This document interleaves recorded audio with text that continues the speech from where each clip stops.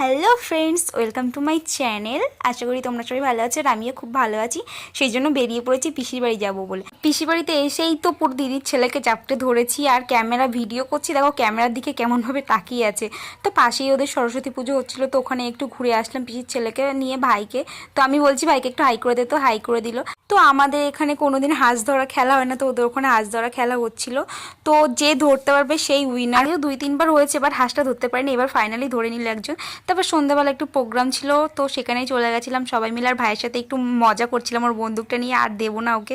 তো আমাকে মারতে আসছিল যে বন্দুকটা দাও, আমি তো দেবো না করছি।